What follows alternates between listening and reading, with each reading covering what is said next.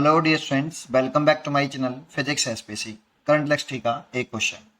In a potentiometer circuit, a cell of EMF 1.5 volt gives the balance point at 36 centimeter length of the wire. If another cell of EMF 2.5 volt replace the first cell, then at what length of the wire the balance point occur? इसमें दो case हैं. Late कर लो कि primary circuit पहले आप ऐसे late कर लो. ये पोटेंशियल डिफरेंस है सेल का और इससे वायर ए पोटेंशियोमीटर वायर कनेक्टेड है ए बी. ये पोटेंशियोमीटर वायर ए बी है, इसकी लेंथ है एल है, इससे कुछ ना कुछ रेजिस्टेंस भी होगा, मान लो स्मॉल आर है ऐसे. क्योंकि ये लो पोटेंशियल है तो इसका पोटेंशियल जीरो मान लो, और इससे इस वाले पॉइंट से इसका पोटेंशियल जो है यहाँ से इधर चल रहे हैं तो पोटेंशियल बढ़ रहा है, तो पोटेंशियल डिफरेंस V है तो V बढ़ गया है. B पॉइंट का पोटेंशियल V मान लो.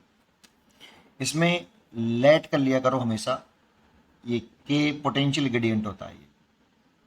ये K क्या है? पोटेंशियल ग्रेडियंट और वायर क्या होता है? ये K इज इक्वल टू होता है पोटेंशियल ड्रॉप कह दो या potential difference across wire A B, across potentiometer wire A B current length. That means K is equal to potential difference कितना है वायर का?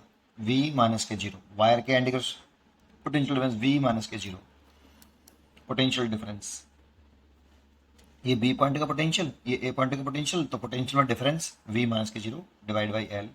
That means V by L. Volt पर centimetre, इसका मतलब समझिए सबसे इंपॉर्टेंट वर्ड.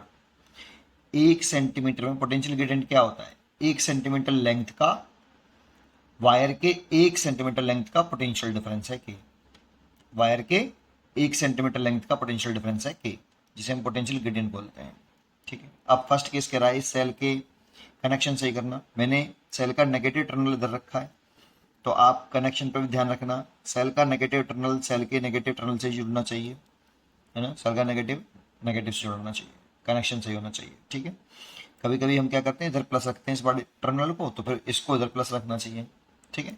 कनेक्शन सही होना चाहिए. इसका ईएमएफ कितना है? 1.5. E1 मान लेते हैं 1.5 वोल्ट. इसका कुछ इंटरलेसेंस भी होगा, वो मान लेता हूँ R1. और ये आपका गैलोमीटर है और बैलेंसिंग लेंथ आ रही है 36 सेंटीमीटर पर, मान लो C पर आ रही है. This is the balancing length 36 centimetre ऐसे. इसमें IG जीरो है. अब कैसे करना है?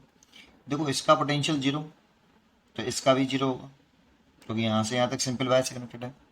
फिर यहाँ से इधर चलें तो ये नेगेटिव पोटेंशियल है और ये पॉजिटिव पोटेंशियल है. तो यहाँ से जब यहाँ आएंगे तो इस पॉइंट का पोटेंशियल इससे 1.5 वोल्ट ज़्यादा है, क्योंकि low potential to high potential आ रहे हैं.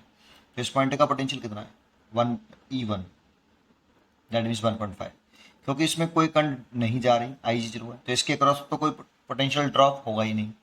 इसके क्रॉस कोई पोटेंशियल ड्रॉप नहीं होगा, तो इसीलिए यहाँ का भी पोटेंशियल E1 रहेगा. और इसमें भी कोई करंट नहीं है, इसीलिए इसका भी पोटेंशियल कितना रहेगा? जैसे यहाँ से यहाँ तक एक सिंपल वायर है, ऐसे यहाँ पे रेजिस्टेंस तो है लेकिन उसमें करंट नहीं है, तो इसके क्रॉस कोई पोटेंशियल ड्रॉप नहीं होगा. इसलिए C पॉइंट का पोटेंशियल जो होगा वो E1 के बराबर होगा. इसीलिए potential difference across wire AC के क्रॉस जो पोटेंशियल डिफरेंस लिखे VAC. देखो, ये लो पोटेंशियल माना है और इधर से इधर चलने पर पोटेंशियल बढ़ रहा है हमारा. इसका हाई पोटेंशियल है, देखो V माइनस के जीरो, इसीलिए VC का ज़्यादा होगा पोटेंशियल और A का कम होगा. This is the potential difference. VC कितना है? E1 और VA कितना है? जीरो. ये VAC हो गया, है ना. एक तरीका तो ये निकालने का, VAC को निकालने का एक तरीका और है. ये देखो, ये क्या था?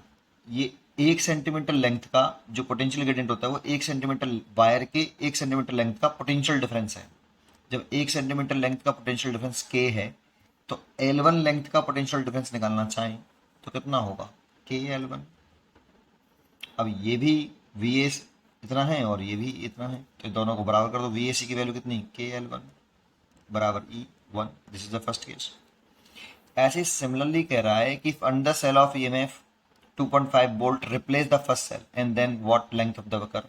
अब यही सेम है, सिमिलरली लिख दो आप. इसे कि KL2 बराबर, मान लो बैलेंसिंग लेंथ सेल E1 को रिप्लेस करके अगर हम सेल E2 लगाएंगे तो बैलेंसिंग लेंथ जो है बढ़ जाएगी, क्योंकि देखो K तो कांस्टेंट टर्म है, 1 सेंटीमीटर लेंथ का है। अगर आप E1 बढ़ा, यहाँ पे E में बढ़ा दिया है 1.5 की जगह 2.5 कर दिया है तो बैलेंसिंग लेंथ बढ़ेगी। तो ये सिमिलरली डायरेक्टली लिख दो आप ऐसे ही, सिमिलरली दोनों का रेशियो निकाल लो। अब ऐसे K से तो K कट गया, L1 दे रखा है 36, L2 पूछा है, E1 दे रखा है 1.5 और E2 दे रखा है 2.5।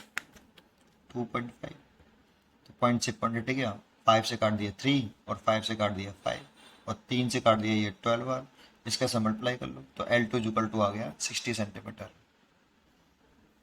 इसकी बैलेंसिंग लेंथ हो गई, तो इसका आंसर आ गया 60 सेंटीमीटर। पढ़ते रहिए और खुश रहिए। Thank you.